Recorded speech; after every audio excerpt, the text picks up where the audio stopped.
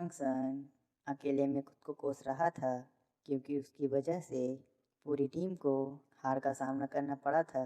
वह आत्मचिंतन कर रहा था। वह सोच रहा था बिना स्पाइडर बोन और डेकेड मिलियन स्पिरिट रिंग के अलावा उसके पास और क्या है। वह आने वाले मैचेस में अपनी पॉइजन एबिलिटी का यूज़ करने वाला था।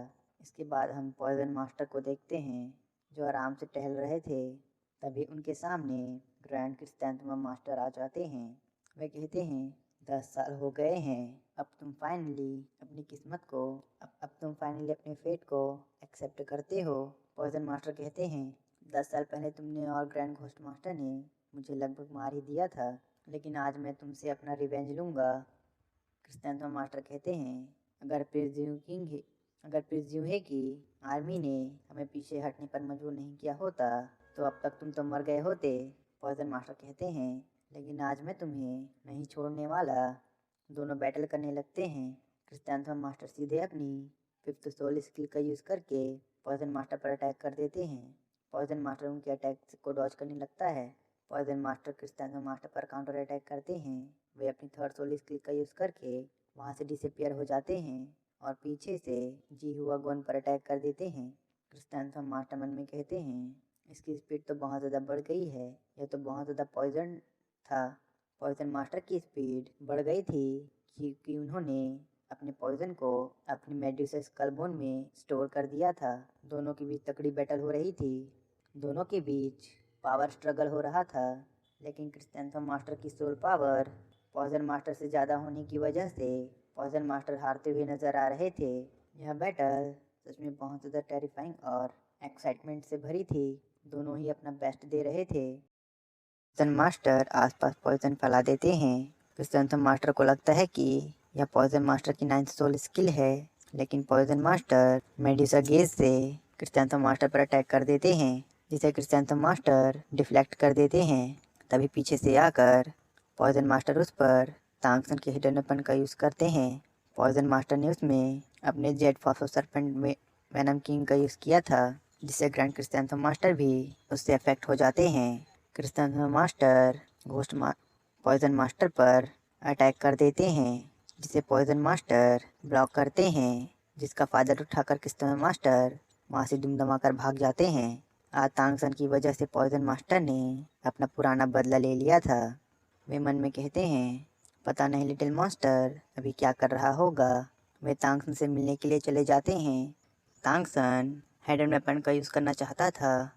पॉइजन मास्टर तांगसन के पास आ जाते हैं।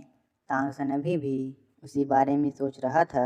वह पॉइजन मास्टर को भी अपनी इस प्रॉब्लम के बारे में बताता है। पॉइजन मास्टर तांगसन को अपने साथ ले जाते हैं। वे तांगसन को फॉरेस्ट में ले गए थे। वे तांगसन से उसकी ब्लू स्लेयर प्लांट को रिलीज़ करने कहते हैं। तांगसन ऐसा ही करता है, जिसके बाद वे एक नॉर्मल ब्लू स्लेयर प्लांट को तांगसन को देते हैं और खुद की और इस नॉर्मल ब्लू सिल्वर प्लांट को कंपेयर करने कहते हैं। तांगसन बताता है उसकी ब्लू सिल्वर प्लांट ज़्यादा टफ और वार्म है और यह उससे बहुत ज़्यादा फेमिलियर है। यह फीलिंग ऐसा है जैसे मैं अपनी मॉम। मास्टर तांगसन से कहते हैं अभी तुम्हारा जिस लेवल का कल्टीवेशन है तुम एक दिन अपने फादर को भी सरपास कर दोगे। तुम्हारे blue silver plant normal blue silver plant से अलग है जो तुम्हें तुम्हारी मॉम से मिला है। तांगसन पॉइजन मास्टर की सारी बात समझ जाता है।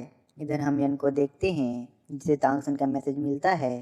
तांगसन ने जो अपनी ब्लू सिल्वर प्लांट को रिलीज़ किया था, उस वजह से यन को भी तांगसन के बारे में पता चल जाता है। वह तांग शाओ से कहती है तांगसन कहाँ पर है। उसने अभी अभी मुझसे कुछ कहने की कोशिश की, लेकिन मैं उसे समझ नहीं पाई। मुझे उसकी चिंता हो रही है। तांग शाओ यन को समझाता और कहता है कि तांगसन बिल्कुल सेफ होगा। तांग हाउ उसके पास ही है, वह सब कुछ संभाल लेगा। तांग शाओयन को दिलासा देते हैं। वे वहाँ से बाहर आ जाते हैं।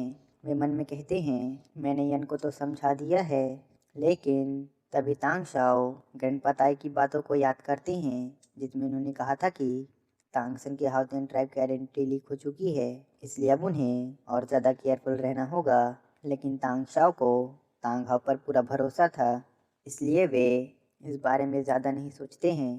तांगसन पॉइजन मास्टर के साथ टहल रहा था।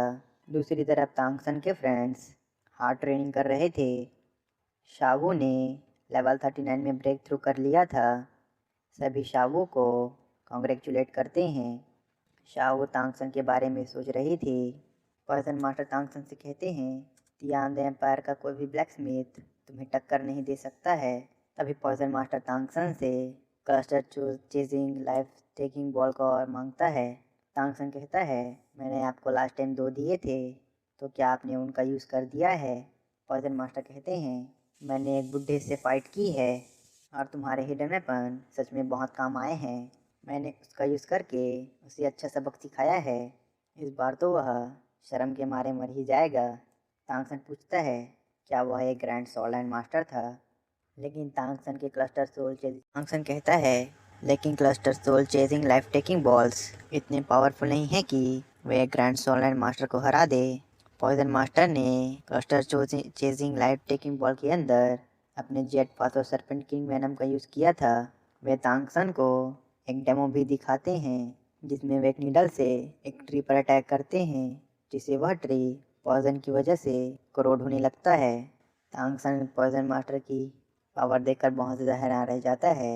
वह उनकी तारीफों के पुल बांधने लगता है। पॉइजन मास्टर की हेल्प से तांगसन अपनी प्रॉब्लम को सॉल्व करने में सक्सेसफुल हो जाता है। वह अपने हिडन वेपन को अपनी ब्लू सरल प्लांट के अंदर छिपाकर यूज़ करना चाहता था। वह पॉइजन मास्टर को 2 और cluster soul chasing life taking ball दे देता है। पॉइजन मास्टर तांगसन की हरकत देख बहुत ज़्यादा हैरान और खुश हो जाते हैं। वे तांगसन से वॉक पर चलने कहता है। दोनों सिटी के अंदर चहलकदमी कर रहे थे। इधर तांगसन के टीचर्स उनके फ्रेंड्स को हार्ड वर्क करा रहे थे। सभी की इम्प्रूवमेंट एक्सपेक्टेशन से भी ज़्यादा थी।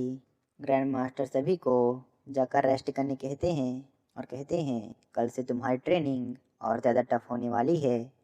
तांगसन के फ्रेंड्स ग्रैंड मास्टर की बात सुनकर बहुत ज़्यादा हैरान रह जाते हैं। तभी ऑस्कर गलती से कह देता है, यहाँ पर तांगसन नहीं है, इसलिए हमें और ज़्यादा मुश्किल होने वाली है। तांगसन का सुनकर शावू को बुरा लगता है। ऑस्कर भी इसे समझ जाता है।